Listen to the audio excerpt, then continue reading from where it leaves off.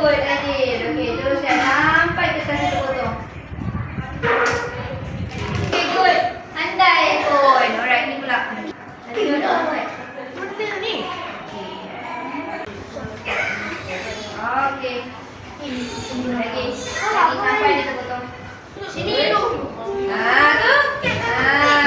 Ini guna. Alright, lagi sampai dia terputus. Apa saya isi bingit ni? Sampai dua. Bingit ni gitu. Alright, lagi sampai kertas itu terputus.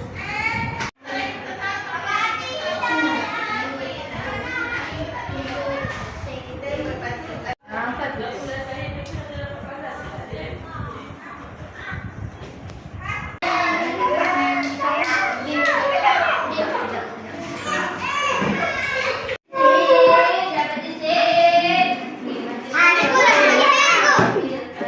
Memang cikgu ada tergunting sikit hujung.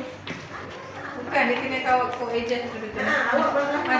Macam ni juga. Dia tak boleh nak. Bodoh ada orang pin dia bu. Buka pin. Wah, cepat. Cikgu tadi ah. Saya nak buat. Beli cikgu.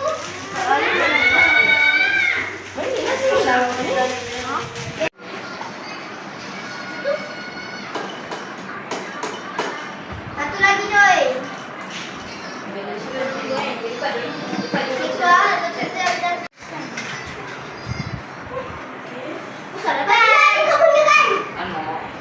Jangan banyak sangat, nanti crowded. Yang macam tadi dah okey dah. Tadi dah okey sangat. Okey, video. Buang yang dua atas. Tadi tu dah okey. Boleh. Kita tu ambil apa nama tu? Tengok saya buat. Selamat Hari Raya. Airi kilori. Inilah yang awak hasilkan. Aku yang awak juga. buat ni lah hasilkan. Tengoklah apa yang lelaki punya pula. Apa yang awak hasilkan? Ni bukan lelaki punya. Ni perempuan punya. Cepatlah siapkan. Saya nak buat semua sekali. Yang awak hasilkan semalam tu kita tengok. Apa yang awak buat?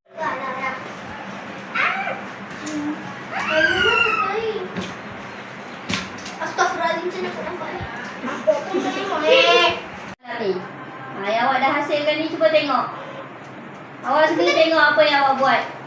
Oh, puisi je. Selamat hari. Oh, ya, budak nama. Ada.